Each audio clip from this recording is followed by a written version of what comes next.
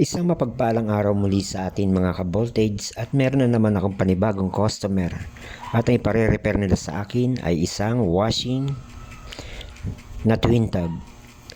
Ang issue po nito mga ka-voltage ay pag tuwing maglalabas si customer ay sobrang ingay po daw, parang may nagigiling na bato. Tapos pagka umiikot po daw to, sobrang hina ng ikot. Halos hindi na daw makalinis ng damit. So, ginawa ko, chinek up ko nga po to. At napansin ko nga na sira na po pa talaga ang kanyang gearbox. Kaya dun po nanggagaling yung ingay pagka umaandar siya.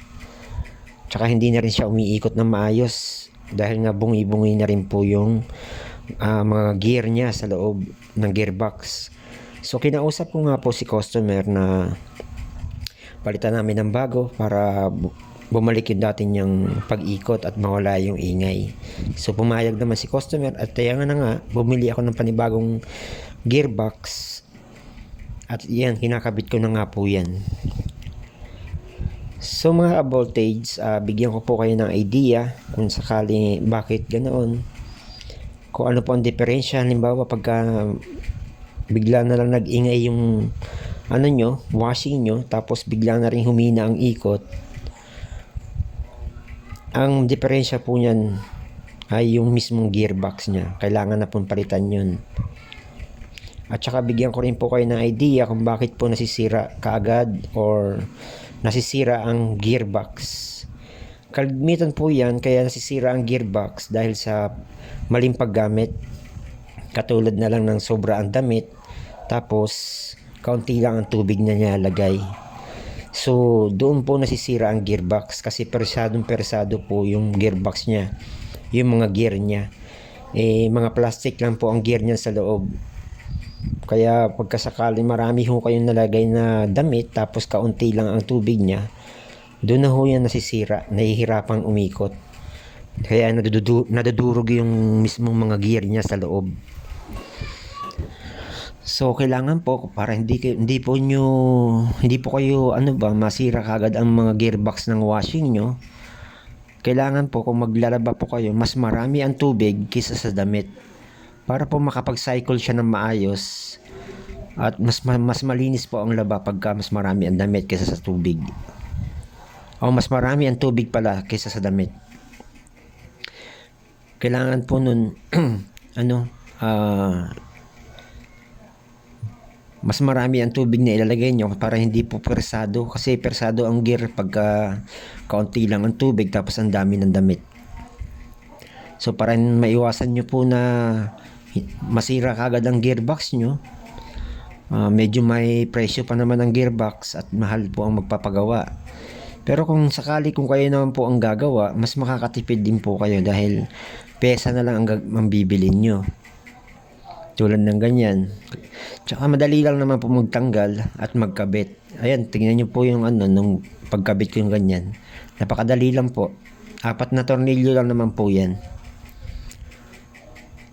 Pagka bibili po kayo ng gearbox sa mga sa mga bilihan ng gearbox, sa supply ng electric pan, washing machine, doon po nabibili yan eh. Dalhin nyo po yung sample, yung pinagtanggalan nyo na luma. Dalhin nyo po yan para maipakita nyo doon sa bibilhan nyo para mabigyan kayo ng parehas na sukat. Kasi magkakaiba po yan eh. Para pagka bumili kayo, hindi ko kayo magkakamali. Kung ano lang po yung, pag halimbawa kung ano po yung original niya na gearbox, yun din po ang ibibigay nila sa inyo. Tapos kayo na lang po mag-DIY, magkabit ng gearbox. Madali lang naman din po. Hindi naman masyadong mahirap. Isa pa, may matutunan pa po kayo. Yan, after po nyan, pagkabit ko po ng gearbox na yan, ite-testing ko po.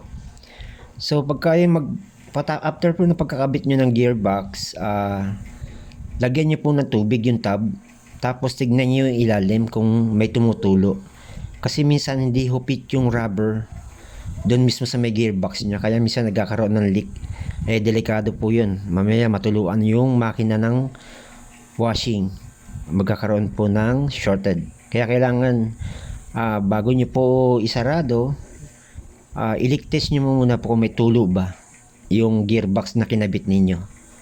Pag wala namang tulo, okay na po yun. Basta, bago nyo po siya i-assemble, lagay nyo muna po siya ng tubig. Kahit mga 1 tabo o 2 tabo, pangligtas nyo lang para kung may tulo ang ilalim. Yan, ganun lang po ang pagkabit ng gearbox sa mga washing nyo. At saka, iwasan nyo pong i-overload para di masira ang gearbox. So, yan na nga po. Tinesting ko na po siya. Okay na siya. Gumagana na. At tuwan-tuwa na si customer niyan. Makakapaglaban na po daw siya kasi tambak na ang labahin niya. So, mga ka-voltage, huwag nyo po muling kalimutan. Paki-like and share. Paki-follow po. And, para updated po kayo sa lahat ng content or video na ipopost ko. Paki-share nyo na rin po para updated po ang iba kung paano mag-repair ng washing na sira ang gearbox. Maraming salamat po and God bless po sa atin lahat.